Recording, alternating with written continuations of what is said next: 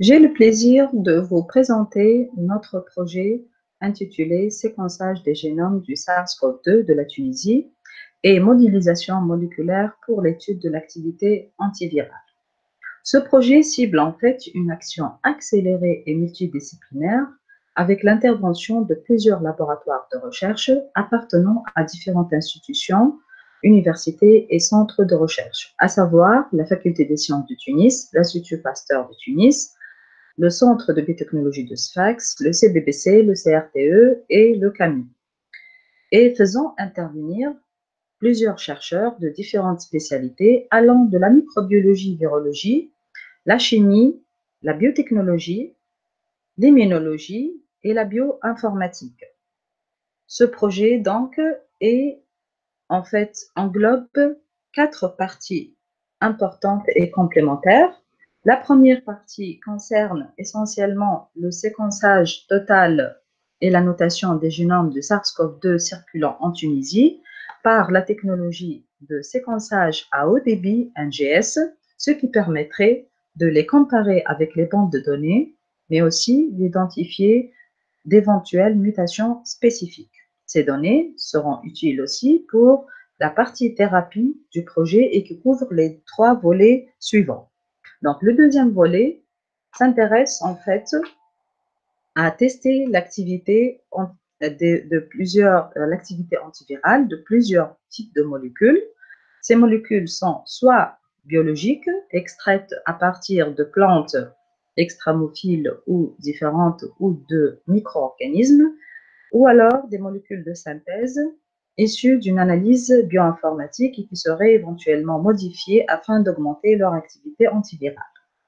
La troisième partie de ce projet concerne la validation biologique à travers la sélection de protéines virales cibles par une étude de modélisation moléculaire appelée encore docking, qui se base sur l'étude des interactions en fait entre les molécules thérapeutiques et les protéines virales. Ces protéines virales sélectionnées seront par la suite produites par la technologie de production de protéines hétérologues et validées pour l'activité antivirale. La quatrième et la dernière partie de ce projet concerne l'étude du mode d'action et la réponse immunitaire vis-à-vis à l'infection par le SARS-CoV-2. En effet, les protéines recombinantes ainsi produites seront utilisées pour la stimulation des macrophages et des monocytes et évaluées pour l'induction de la réponse inflammatoire exacerbée, c'est-à-dire une production importante de cytokines et de chymokines et qui est actuellement identifiée, causée lors de l'infection par le SARS-CoV-2. Les molécules sélectionnées seront par la suite testées pour leur capacité à inhiber cette réaction inflammatoire. En conclusion, nous pouvons dire que notre projet présente des possibilités de transfert technologique importantes.